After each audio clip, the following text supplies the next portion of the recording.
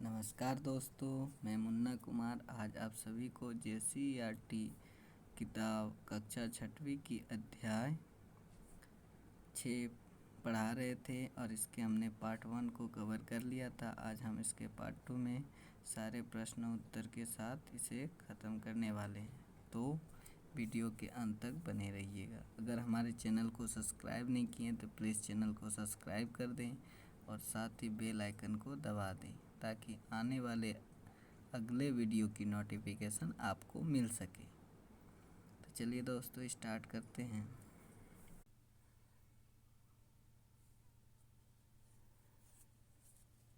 तो दोस्तों अब नगर निकाय के प्रमुख कार्य को देखते हैं कि नगर निकाय के प्रमुख कार्य कौन कौन से हैं। नगर निकाय के प्रमुख कार्य निम्नलिखित हैं। सबसे पहले आता है कि स्वास्थ्य की सुविधा। तो नगर निकायों का प्रमुख कार्य स्वास्थ्य की सुविधा उपलब्ध कराना, यानी अगर स्वास्थ्य की सुविधा अच्छी नहीं है तो उन सुविधाओं को उपलब्ध कराने का काम होता है नगर निकाय की। और विभिन्न प्रकार के रोगों के उपचार, अस्पताल एवं डिस्पेंसरी खुलवाना, कुशल डॉक्टर एवं अन्य कर्मचारी की व्यवस्था कराना, निःशुल्क दवाएं एवं सुई की व्यवस्था कराना, पेयजल की व्यवस्था कराना, ये सभी महत्वपूर्ण कार्य आपके नगर निकाय के होते हैं। दूसरा आपका आता है सफाई संबंधित कार्य, यानी सफाई से जितने भी कार्य होते हैं, सफाई संबंधित जितने भी कार्य, नालियों को साफ कराना या आसपास के गलियों को साफ कराना, या आपके जो बाज़ार हैं, बाज़ार में आसपास जितने भी गंदगी होते हैं मोहल्लों में, बाज़ारों में, उन चीज़ों को भी, गंदगियों को शहर से बाहर फेंकवाना भी काम किसका होता है? नगर निकाय का। ये सारे काम नगर निकाय के होते हैं। कह रहा है दोस्तों शहरों में गंदगी रहने से विभिन्न प्रकार की बीमारियां होने की संभावना होती है। देखिए दोस्तों, गंदगी अगर होगा तो बीमारी होना तय है। इसीलिए अगर आपका नगर, आपका गांव, आपका राज्य अगर स्वच्छ है, साफ सुथरा है, तो जल्दी से उसमें बीमारी नहीं फैलेगी। इसीलिए सरकार का यह कर्तव्य होता है कि अपने आसपास की जो गंदगी है उसे साफ करवाना और शहर को साफ रखना, गांव को साफ रखना, यह भी काम होता है। इसीलिए इनके कार्य दिए गए हैं। वह मच्छरों तथा मक्खियों को मारने के लिए कीटनाशक दवाओं का छिड़काव करती है। देखिए, जो गंदगियों को साफ करते हैं, जो सफाई कर्मचारी रहते हैं, जो सफाई कर्मी रहते हैं, जो साफ करते हैं, जैसे ये सब सफाई कर्मी हैं, तो ये क्या करते हैं? साफ करने के साथ साथ मच्छरों तथा मक्खियों को मारने की जो कीटनाशक दवाइयाँ होती हैं उनका भी छिड़काव ये करती है, ताकि उस जगह पे गंदगी और दोबारा जल्दी से ना फैले। देखिए, यहाँ जलापूर्ति वाहन दिया गया है। मान लीजिए किसी को किसी जगह पे जल की आवश्यकता है या जल चाहिए, तो वह इस वाहन से जलापूर्ति करा सकते हैं।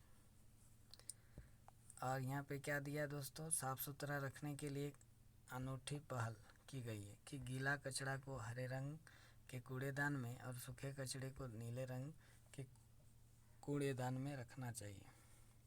तो ये भी आप लोग को जानना चाहिए दोस्तों, और इसे याद रखना चाहिए कि गीला कपड़ा को किस में फेंकते हैं और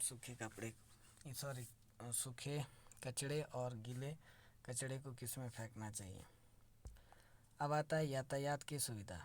यातायात का मतलब जितने भी तरह के यातायात के शहरों में सुविधाएं होती हैं, अगर उसमें कोई गड़बड़ी है, उसमें किसी प्रकार का ऐसा कह सकते हैं कि अगर किसी प्रकार की खराबी है तो उसको ठीक करवाना, या व्यवस्था खराब है तो उसको अच्छी तरह से करना, यह भी काम जो होता है नगर निगम का होता है। शहरी क्षेत्रों में यातायात की सुविधा के लिए नगर निगम सड़कों एवं नालियों का निर्माण तथा उसका मरम्मत कराती है। यानी मान लीजिए कहीं पे सड़क या नाली खराब है तो उनकी मरम्मत करने की जिम्मेदारी भी नगर निगम को होती है।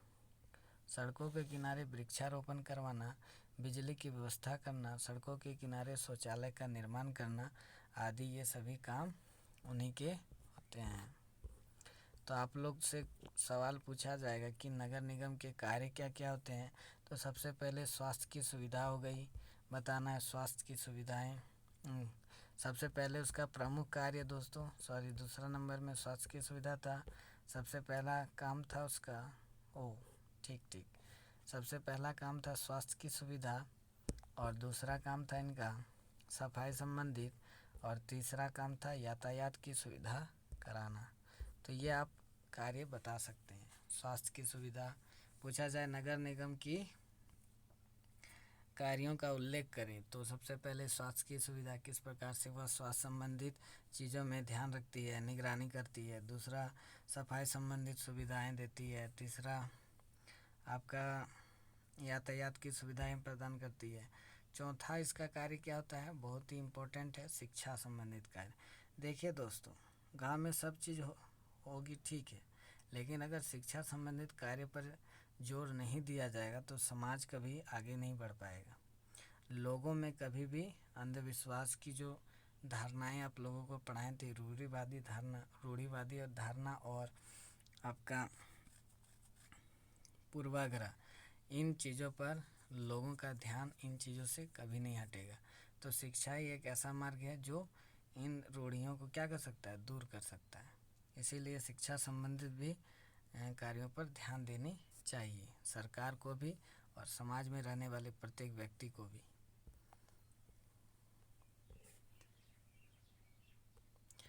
कह रहा है शिक्षा ही देश और समाज को महान बनाती है। देखिए कितने अच्छी बात कही है कि शिक्षा ही देश और समाज को क्या करती है दोस्तों, महान बनाती है। जिस देश में शिक्षा की नीति नहीं है, या शिक्षा व्यवस्था अच्छी नहीं है, या फिर शिक्षा व्यवस्था है लेकिन वह सिर्फ नाम मात्र है, तो कभी भी उस देश या कभी भी उस समाज में विकास नहीं हो पाएगा, और वह समाज कभी भी आगे नहीं बढ़ पाएगा। इसीलिए शिक्षा की व्यवस्था करना नगर निगम का प्रमुख कार्य होता है। इसके लिए जगह जगह पर विद्यालयों एवं शिक्षण संस्थानों को खोलना और उसकी देखभाल करना भी इन्हीं के क्षेत्राधिकार में होता है, मतलब उन्हीं के अधिकार में होता है। पांचवा होता है सुरक्षा संबंधित कार्य। नगर निगम अपने क्षेत्र में सुरक्षा संबंधित कार्यों का निर्वहन करती है, यानी निभाती है। नगर निगम क्या करती है, अपने क्षेत्र में सुरक्षा संबंधित जितने भी कार्य हैं उन सभी पर अपना भूमिका निभाती है। इसके लिए प्रत्येक मोहल्ले पर रात्रि की पहरी की व्यवस्था करती है। इसके लिए क्या करती है दोस्तों, रात्रि को यह पहरी की व्यवस्था करती है। मान लीजिए किसी जगह पे चोरी चकेटी ज़्यादा होते हैं तो उस जगह पे क्या करते हैं, वे रात्रि पर एक पहरेदार को लगा दिया जाता है कि आप रात्रि के समय देखभाल करें। या कहीं ज़्यादा चोरी चपाटी होता है, डकैती होता है, तो उस जगह पे इस तरह की व्यवस्था किया जाता है। ये व्यवस्था किसके द्वारा होता है, तो नगर निगम। अगर आगजनी की घटनाएं होती है तो इसके लिए भी वह अग्निशमन दल की व्यवस्था करती है। मान लीजिए किसी घर या संपत्ति को कोई आग लगाकर नष्ट करना चाहा, या कहीं आग लग गया, तो उस समय वह क्या करती है, अग्निशमन दल की व्यवस्था करती है आग को बुझाने के लिए। एक अग्निशामक वाहन भी होता है जिसको हिंदी में दमकल कहते हैं। ये देखिए दोस्तों, ये आपका अग्निशामक वाहन हो गया, जिसको इंग्लिश में फायर ब्रिगेड कहते हैं। स्टार्ट करते हैं। इसमें कुछ वर्ड्स दिए हैं, इसको ये देख लीजिएगा। लोकल सेल्फ गवर्नेंस जो होता है, स्थानीय स्वशासन को कहते हैं। वार्ड सदस्य, वार्ड मेंबर, महापौर, मेयर हो गया, नगर पालिका, म्यूनसिपैलिटी हो गया, प्रखंड विकास पदाधिकारी, ब्लॉक डेवलपमेंट ऑफिसर, बीडीओ जिसका फुल फॉर्म होता है, फुल फॉर्म दिया हुआ है दोस्तों, ब्लॉक डेवलपमेंट ऑफिसर, कीटनाशक, इंसेक्टिसाइड हो गया, नगर परिषद, म्यूनसिपल काउंसिल, नगर निगम, म्यूनसिपल कॉरपोरेशन। चलिए अब आगे बढ़ते हैं प्रश्न उत्तर की ओर। तो पहला प्रश्न जो है दोस्तों, एक नंबर, ग्राम पंचायत का प्रधान कौन होता है, यानी ग्राम पंचायत में सबसे प्रधान कौन होता है दोस्तों, बताए थे मुखिया होता है। दूसरा, झारखंड के पंचायत चुनाव में कितना प्रतिशत सीट महिलाओं के लिए आरक्षित है, तो 50% बताए थे दोस्तों। झारखंड में जितने भी पंचायती राज व्यवस्था में जितने भी हैं सभी में महिलाओं को 50% सीट आरक्षण दिया गया है, यानी उन सीटों पर सिर्फ महिलाएं ही चुनाव लड़ सकती है, उसके बाद तीसरा क्वेश्चन है, बड़े शहरों में नगर निकाय की संस्था को क्या कहते हैं? तो बड़े शहरों में नगर निकाय की संस्था को नगर निगम कहते हैं। ये भी बताए थे दोस्तों, बड़े जहाँ की आबादी 1.5 लाख से अधिक होती है वहाँ पे नगर निगम स्थापित होती है और नगर निगम द्वारा संचालन होती है वहाँ की शासन व्यवस्था। और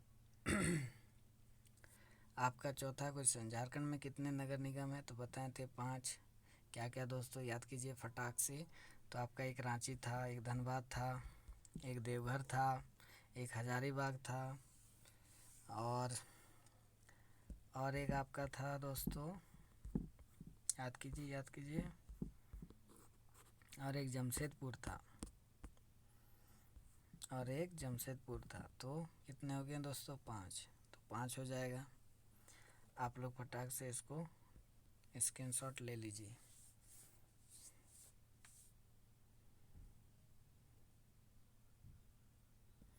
चलिए आगे बढ़ते हैं। 2 नंबर रिक्त स्थान को भरने के लिए कहा गया है। तो सबसे पहला क्वेश्चन जो है, ग्राम पंचायत डैश प्रणाली की महत्वपूर्ण इकाई है। किसकी इकाई है दोस्तों? पंचायती राज की।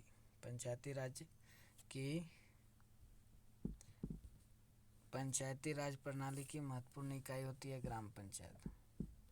तो आंसर हो जाएगा पंचायती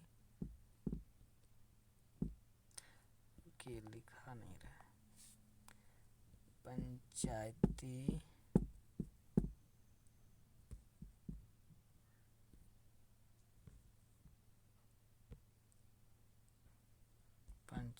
राज।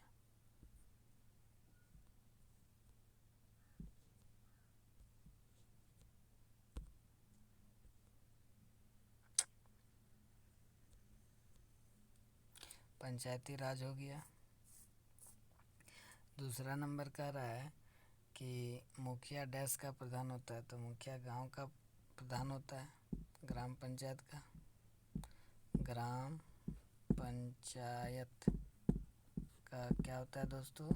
प्रधान होता है। तीसरा क्वेश्चन है, प्रखंड स्तर पर पंचायती राज व्यवस्था की इकाई को डैश कहा जाता है। तो प्रखंड स्तर पर जो होता है पंचायत समिति, हम उसे कहते हैं, क्या कहते हैं दोस्तों?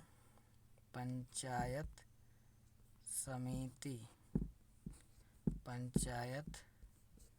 समिति। चौथा क्वेश्चन, जिला स्तर पर पंचायती राज व्यवस्था डैश की कड़ी है। तो किसकी कड़ी होती है? सबसे उच्चतम कड़ी होती है। जिला स्तर पर जो पंचायती राज व्यवस्था है वो सबसे उच्चतम कड़ी है। तो उत्तर लिखिएगा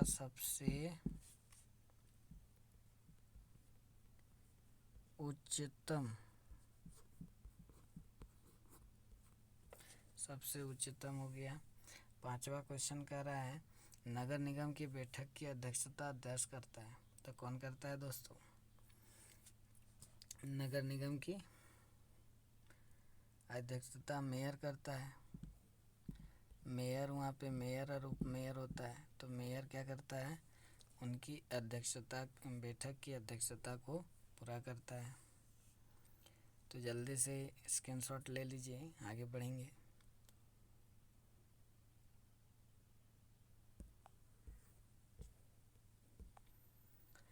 निम्नलिखित प्रश्नों के उत्तर दीजिए। स्थानीय स्वशासन से आप क्या समझते हैं?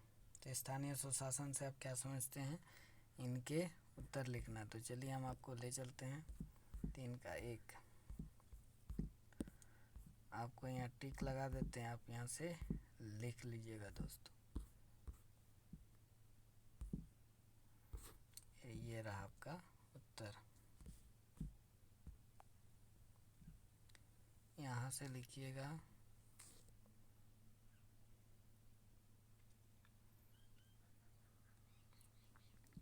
स्थानीय स्वशासन का तात्पर्य है कि ऐसी शासन व्यवस्था जिसे हम स्थानीय स्तर पर यानी ग्रामीण क्षेत्रों में पंचायती राज और शहरी क्षेत्रों में नगर पालिका या नगर निगम से जानते हैं। ये आपका 3 का 1 नंबर का आंसर, इसको लिख लीजिएगा।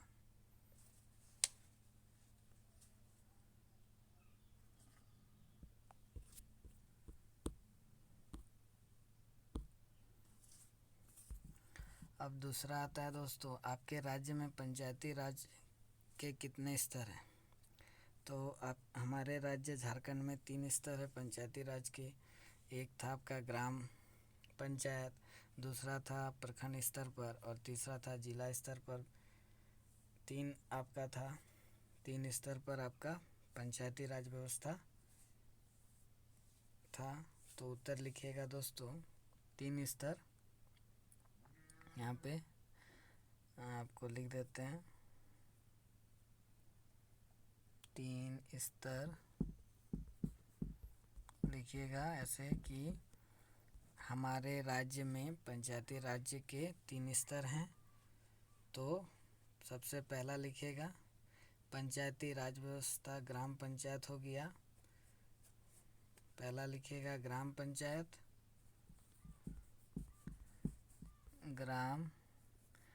ग्राम पंचायत आपका हो गया।